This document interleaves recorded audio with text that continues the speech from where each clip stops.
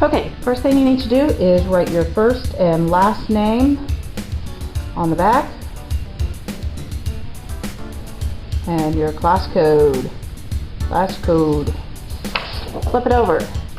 Now, you're going to be using these clips. This is going to be your clipboard. We have a board and we have a clip. Now, to make this clip work, it's like this. You just flip it to the side, flip that to the opposite side, and then it can pinch like that. Okay? So then you can just pinch your paper like that. You can leave that up like that, that's fine. And that way, if it gets in your way, you can move it to someplace else. So if you need to get right at the top there, you can just move it.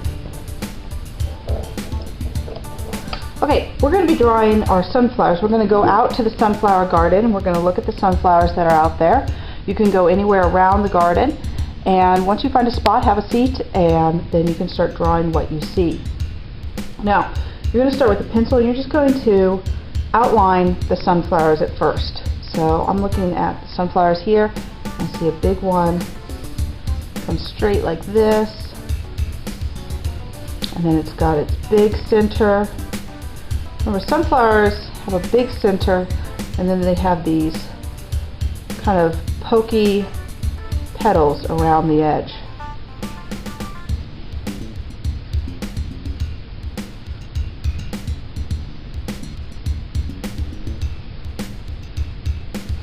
Now, that overlaps the other, so I need to erase right there. Erase that.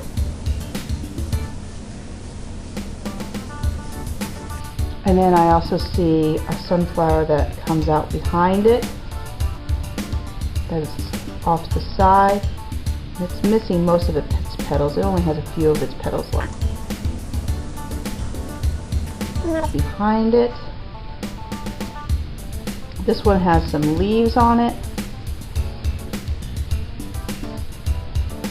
And then there's another sunflower back here.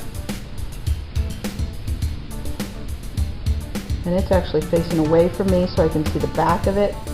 And on the back of it, there's these little green leaves, and then it's got the petals.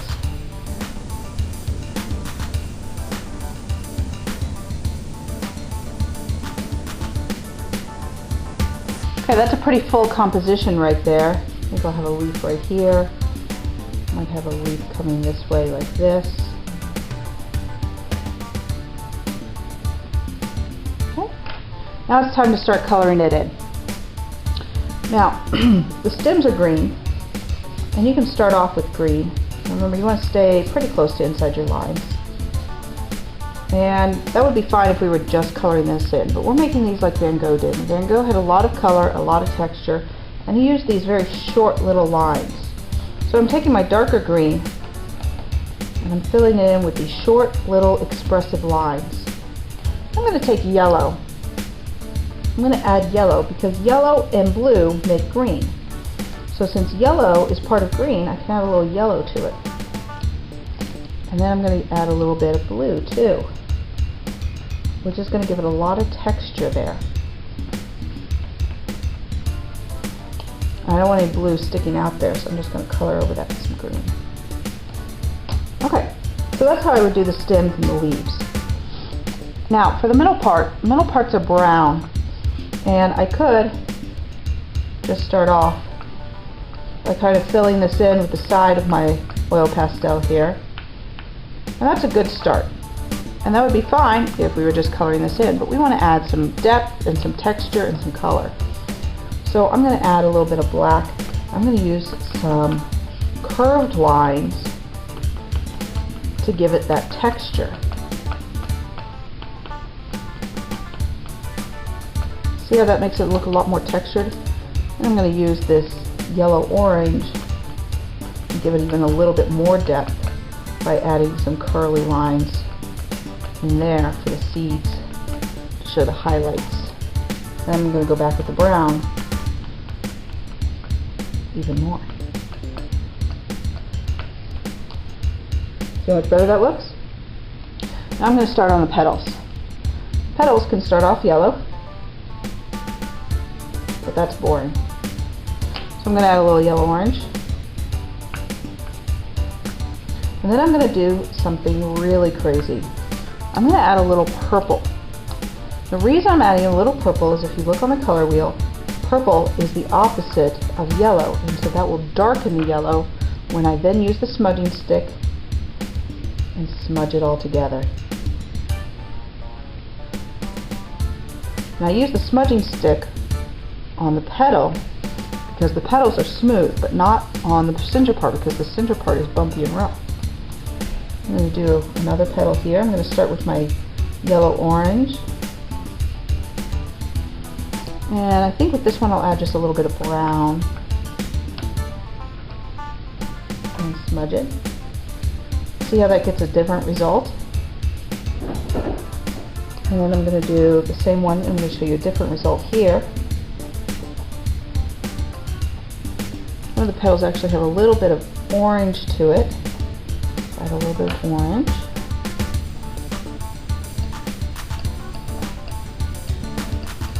Just like that.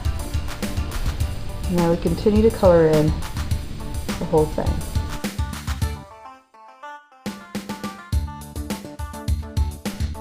See how I'm using lots of different colors for each one of those petals.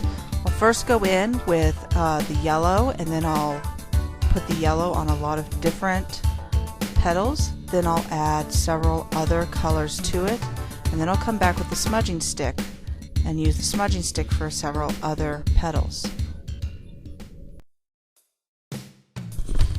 Same with the green leaves. I'll first start with the light green, then I'll add the dark green, and then I'll add several other colors to it, such as red or blue or yellow, to lighten or darken it.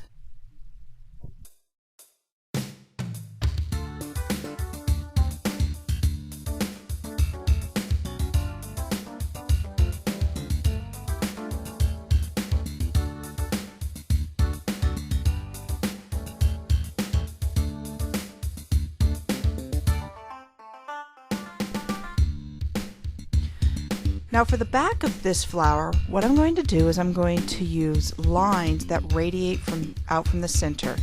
These radial lines will create the illusion that this is going away from us, that it has more depth. So the lines can be used to create depth as well. Then I use several different colors to create even more depth and texture. Then the petals. Then I'll add more colors to that, and then I'll finish up the rest of this. You don't need to worry about the background for today. We'll worry about the background next week. Today I just want you to do the flowers and the stems, and if you want to do the grass at the bottom, you can do some of that too. But do not do the sky and do not do the background.